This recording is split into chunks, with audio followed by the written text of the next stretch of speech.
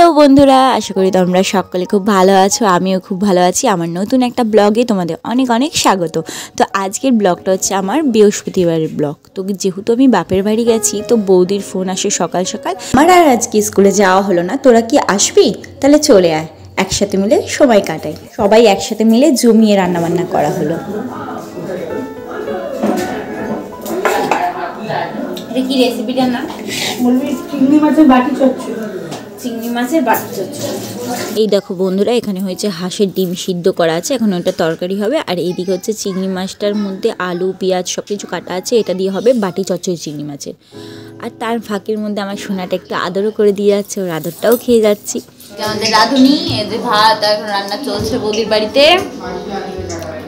এখন সব কোলে মিলে একসাথে খেতে বসেছি। তো কি কি খাচ্ছি সেটাও তোমাদের সাথে শেয়ার করবো বন্ধুরা। এর মধ্যে তো আমার সব কিছুই ফেভারিট। তোমাদের কোনটা? প্রথমেই দেখো চিংড়ি মাছের চচ্চড়ি দিয়ে খেলাম, তারপরে খেয়েছি হচ্ছে লোটে মাছ। লোটে মাছটা অসাধারণ হয়েছিল, বৌদি রেঁধেছিল। তারপরে আমার ফেভারিট হাঁসের ডিম। হাঁসের ডিম খেতে আমি খুব ভালোবাসি। আর লোটে মাছটা যেহেতু ভালো হয়েছিল আর একটু নিয়ে নিয়েছি, কিন্তু মনটাও খারাপ হয়ে গেছে।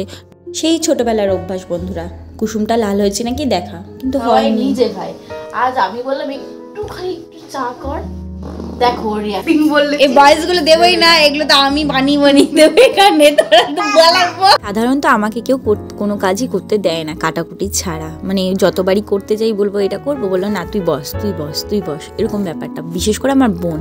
তো সবাই যখন আবদার করলো তখন আমি একটু চা বানালাম বিকেলে। তো সবাই মিলে বিকেলে চাটা খাচ্ছি এখন। এবার খেয়ে দিয়ে আমাদের বেরোনোর কথা আছে। তো বেরাবো হচ্ছে, রাতের প্রোগ্রাম আছে যে আলুর পরোটা হবে, তার জন্য একটু বাজারও করতে যাবো, একটু আমাদের ঘোরাঘুরি হবে। যেমন ভাবনা তেমনই কাজ, বেরিয়ে গেছি আমরা সকলে মিলে। আর আমরা বেরালে এই মন্দিরটায় আসবো, বাবার কাছেও আসি মায়ের কাছেও আসি, সেটাও তোমাদের সাথে শেয়ার করবো বন্ধুরা। আমার যে অনেক ভালো ভালো জায়গা বা দূরের দূরের জায়গায় যেতেই ভালো লাগে সেটা নয়। আমার গান্ধী মোড় আসলে জানি না আমার কি একটা ভালো লাগা আসে, মনে হয় নিজের শহরে চলে এসেছি। যদিও বা আমার বিয়ে খুব কাছাকাছিই হয়েছে, তাও গান্ধী মোড়টাকে সবসময় আমি পাই না। এখন চলে এসেছি বাজারে। তো এই বাজারটা হচ্ছে আমাদের স্টেশনের খুব কাছে। এখানে রাতের বেলা দেখো সমস্ত সবজি নিয়ে বসা। আর শীতকাল যেহেতু চারিদিক শুধু সবজি আর সবজি, সবুজ আর সবুজ, কি ভালো লাগে বলো বন্ধুরা। এই বাজারে রাতের বেলার দিকেও মাছ পাওয়া যায়। তো আমরা কেনাকাটি করে টোরে এখন যাচ্ছি বাড়ির পথে। চিন্তাভাবনা ছিল, কিন্তু সময়ও সাথে পেরে উঠছিলাম না। তা হঠাৎ করে চিন্তা করলাম যে আজকে তুমি ভালো মন্দ খাও। তা ভাত ফ্রায়েড রাইস এগুলো তো আছেই, কিন্তু আজকে চিন্তা ভাবনা করলাম তা আলুর পরোটা খাবো। ও সে আলুটা কষানো হচ্ছে এখন। এর মধ্যে এখন ধনে পাতা পড়বে, আর ধনে জিরের একটা পাউডার আছে, ওই পাউডারটা দেওয়া হবে। তারপরে এদিকে ময়দা মাখা আছে, আর ওদিকে পেঁয়াজ আবার টমেটো রায়তা করবে। হ্যাঁ, রায়তা টাইপের একটা ইয়ে হবে, দিয়ে ওই দিয়ে আলু পরোটা আজকে। আজকে শেফটা কি আপনি? আমি এটা মানে আমার বোন সুইটি ও মেন ইয়েটা করছে, আমাকে শুধু নাড়াতে দিয়েছে। আমি দাঁড়িয়ে আপনার মুখটা না দাদা দেখা যাচ্ছে না, একটুখানি ভালো করে দিকে তাকান তো। এই যে এদিকে তাকান। হ্যাঁ হ্যাঁ বলুন।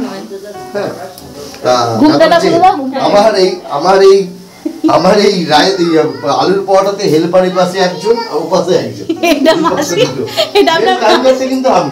ও আচ্ছা আচ্ছা। আর এই আরেকজন কেউ আমাকে রসুন ছাড়িয়ে দিচ্ছে, কেউ আমাকে লঙ্কা ছাড়িয়ে দিচ্ছে।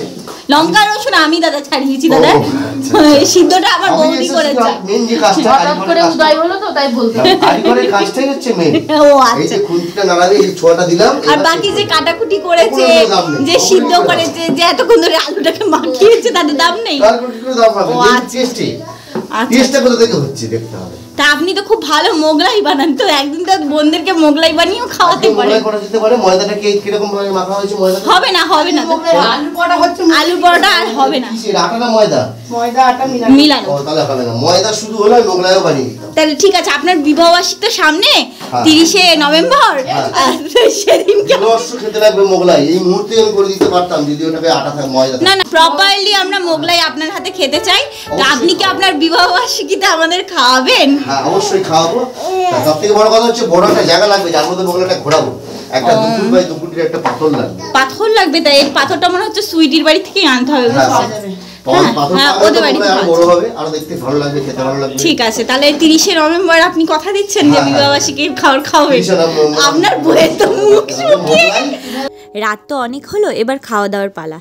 তো চলো বন্ধুরা পরোটাগুলো ভেজে নিই। বেশিরভাগটাই বোন ভেজেছে, আমি ওকে কিছুটা হেল্প করলাম। এই তো হয় একসাথে থাকলে। আমরা একজন একসাথে হলে কিভাবে যে সময় কেটে যায় বোঝাই যায় না, কিভাবে দিন থেকে রাত হয়ে গেল বুঝতেই পারলাম না। তো সময়টা আজকে বেশ ভালোই কাটালাম। তোমাদের কেমন লাগলো বন্ধুরা কমেন্টে কিন্তু অবশ্যই জানিও। এখন আমরা খাইতে বসছি, তোমরা তোমাদের ডিনার সেরে নাও। তো আজকের মতন বন্ধুরা ব্লগটা এইটুকুনি, আবার আসবো নতুন একটা ব্লগ নিয়ে। ততক্ষণ ভালো থেকো বন্ধুরা, সুস্থ থেকো, এইভাবেই আমাকে সাপোর্ট করো, পাশে থেকো।